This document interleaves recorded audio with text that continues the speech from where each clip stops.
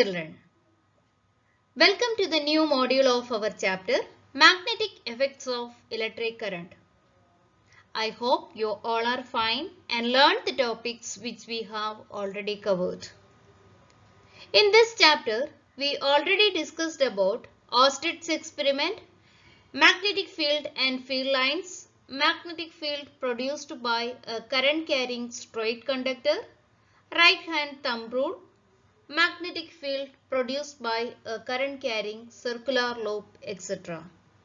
Today, we are going to learn about magnetic field produced by a current carrying solenoid. So let's start.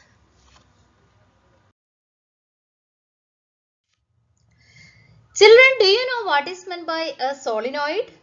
A coil of many circular turns of insulated copper wire wrapped closely in the shape of a cylinder is called a solenoid. This wire can be wound on a cylindrical insulating body like a cardboard, and normally the length of this coil is greater than its diameter. When this coil is connected to a battery through a switch as shown in figure, and when we switch on the circuit, the electric current starts flowing through it. So when the electric current passes through it, it produces a magnetic field around it.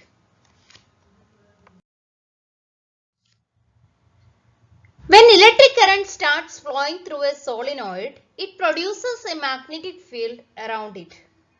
And you all know that magnetic field can be represented with magnetic field lines. So when you observe the magnetic field lines around a solenoid, you can see that these lines are similar to that of a bar magnet. And in bar magnet, you can see two poles, north pole and south pole. That means one end of the bar magnet will be the north pole and the other will be south pole.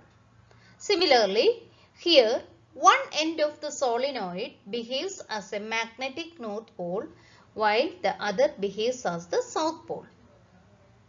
And inside a solenoid, the magnetic field lines are in the form of parallel and equidistant straight lines. So these lines represent the magnetic field inside the solenoid is same or uniform at all points inside it.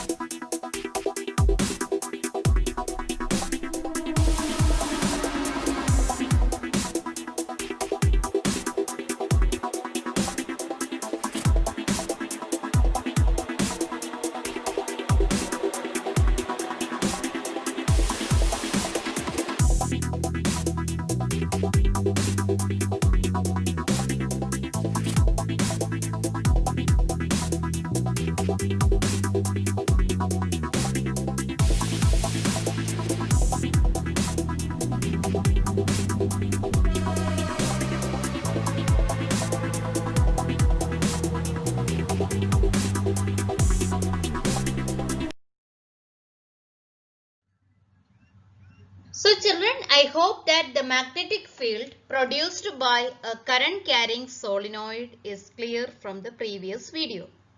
And you have seen that the magnetic field lines in the case of a solenoid is similar to that of a bar magnet. And in the case of bar magnet, you have seen the magnetic field lines are directed from north to south outside the magnet and south to north inside the magnet. So here also the pattern is similar. But when we mark the direction of the magnetic field lines inside the solenoid and outside the solenoid, we have to consider the current direction also. That means when the current flows through the solenoid in the clockwise direction, then the magnetic lines of force inside or the center of the coil will be along the axis inwards. That means if the current flows in the clockwise direction when you look into the coil from one side, in that side the field lines will be inward. And on the other side where the current appears to be in the anti-clockwise direction, that means if the current flows in the anti-clockwise direction, the field lines will be outward.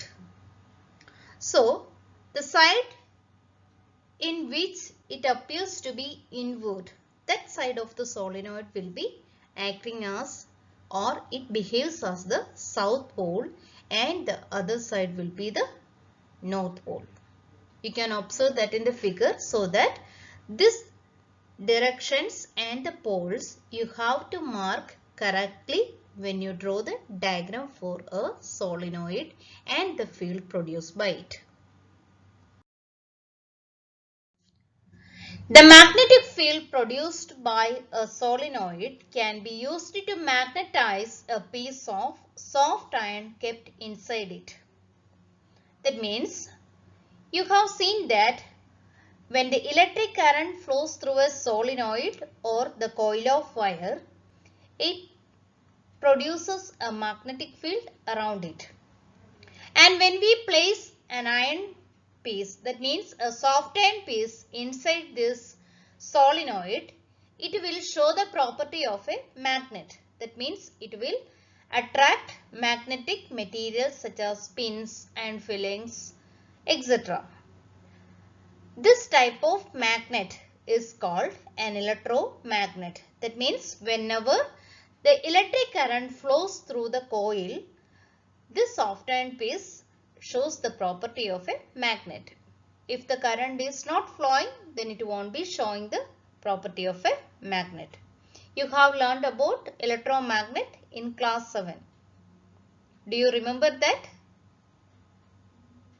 There you have seen that if you make some turns of copper wire over an iron nail, and if you connect this copper wire to a cell or a battery and allow electric current to pass through it, this iron nail will attract the pins or the iron fillings. That means when the current passes through the turns of wire, that means the copper wire, the iron nail will show the property of a magnet.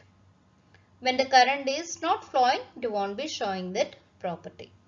So such type of magnet we call it as electromagnet.